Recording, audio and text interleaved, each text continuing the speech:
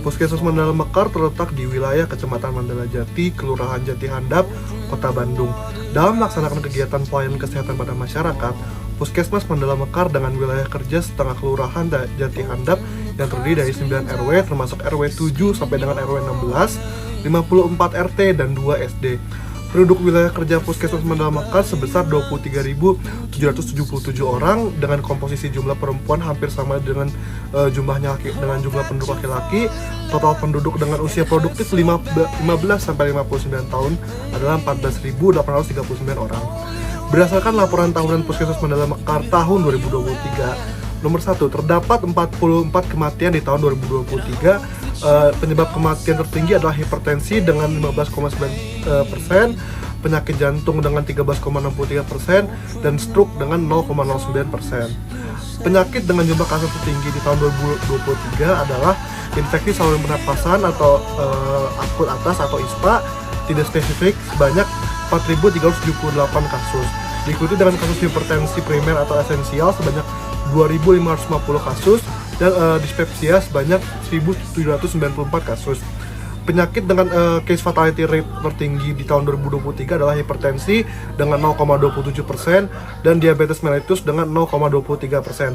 Oleh karena itu, kami melakukan identifikasi masalah yang kiranya terjadi di Puskesmas Mandala Mekar, beberapa standar pelayanan minimal atau SPM dengan capaian kinerja terendah di tahun 2023 adalah nomor 1, pelayanan kesehatan balita dengan capaian 63,3%, nomor 2, pelayanan kesehatan usia produktif dengan capaian 33,1%, nomor 3, pelayanan kesehatan usia lanjut dengan capaian 81%, dan nomor 4 adalah pelayanan kesehatan orang terduga tuberkulosis dengan capaian 70,1%. Pelayanan kesehatan usia produktif merupakan capaian kinerja terendah dengan capaian 33,1%. Kemudian kami melakukan penilaian prioritas masalah dengan menggunakan metode USG dan mengidentifikasi penyebab masalah tersebut menggunakan metode Fishbone.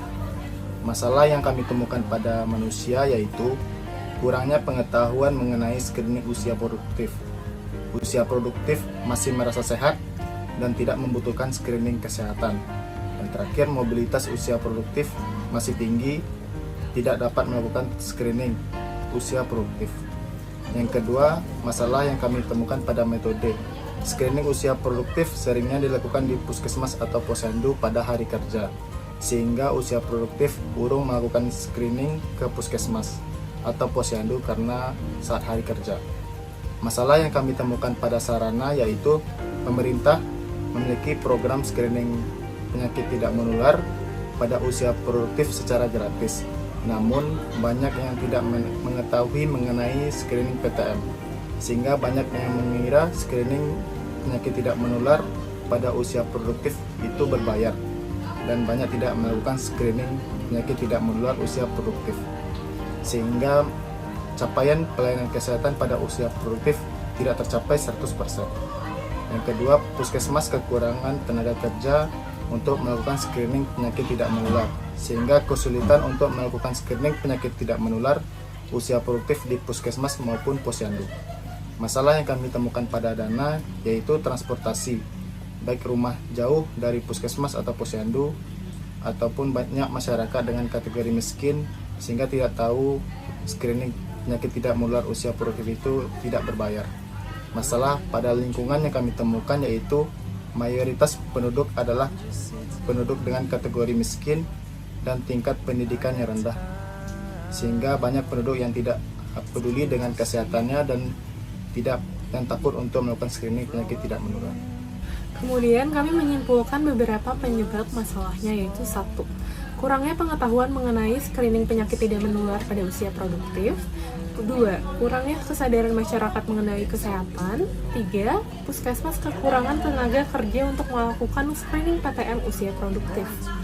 Kami melakukan penilaian prioritas pada penyebab masalah dengan menggunakan metode USG.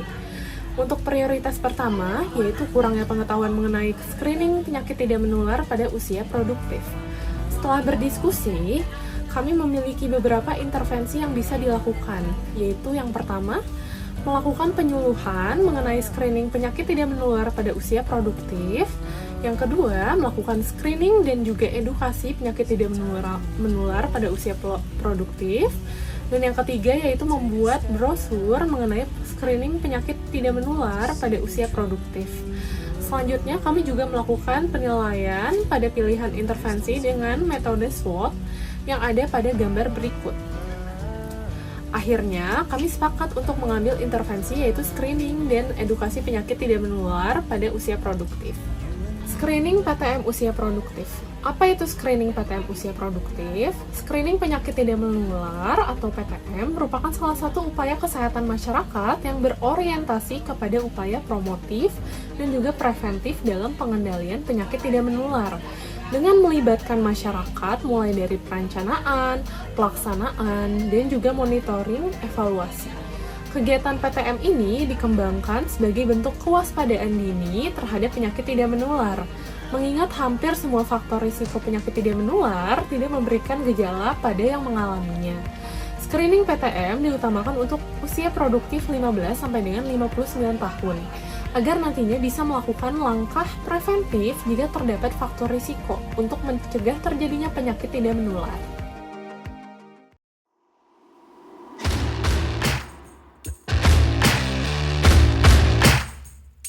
Takecones.com.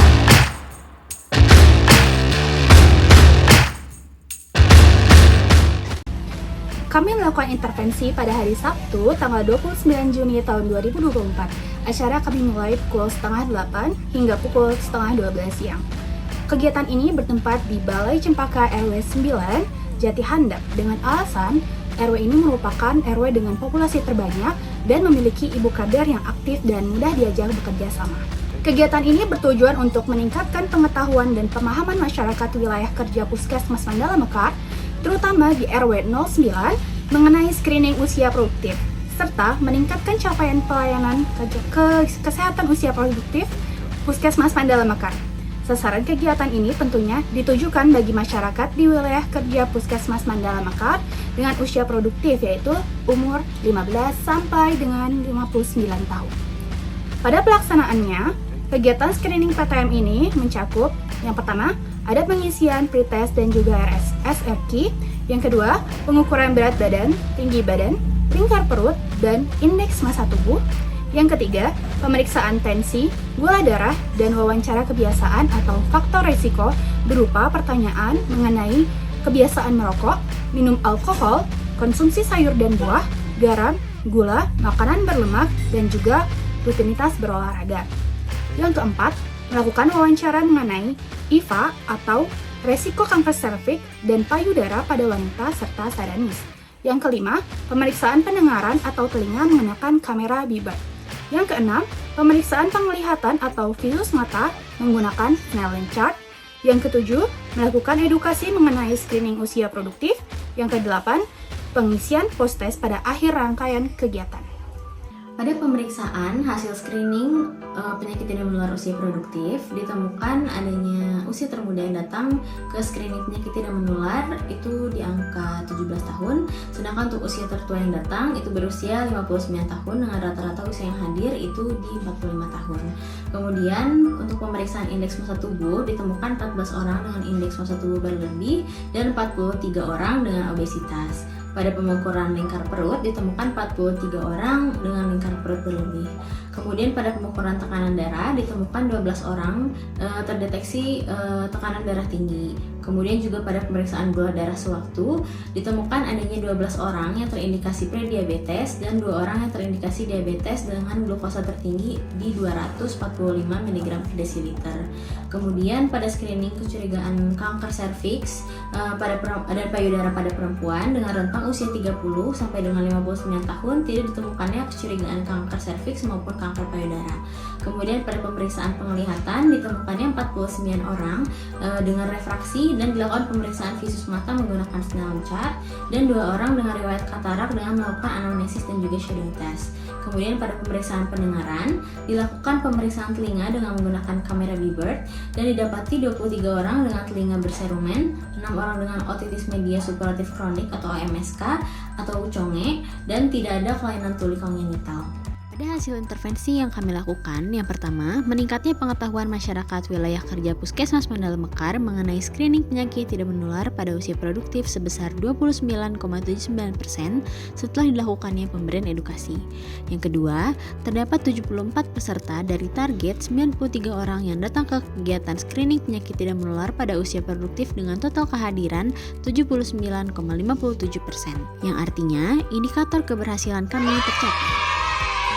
Kegiatan ini berjalan dengan lancar dan tidak ada hambatan. Semoga dengan diadakannya, kegiatan ini dapat berguna untuk membantu bagi Puskesmas Mandala Mekar maupun masyarakat di sekitarnya. Sebelumnya, terima kasih kepada Puskesmas Mandala Mekar, peserta kami Dr. Nila Permata, serta tenaga kesehatan yang berada di Puskesmas Mandala Mekar, kepada kader RW 09 Jati Handap, serta masyarakat Jati Handap yang sudah mau untuk meramaikan kegiatan kami. Kurang lebihnya mohon maaf apabila ada kesalahan dari kelompok kecil 5. Pamit undur diri. Dadah.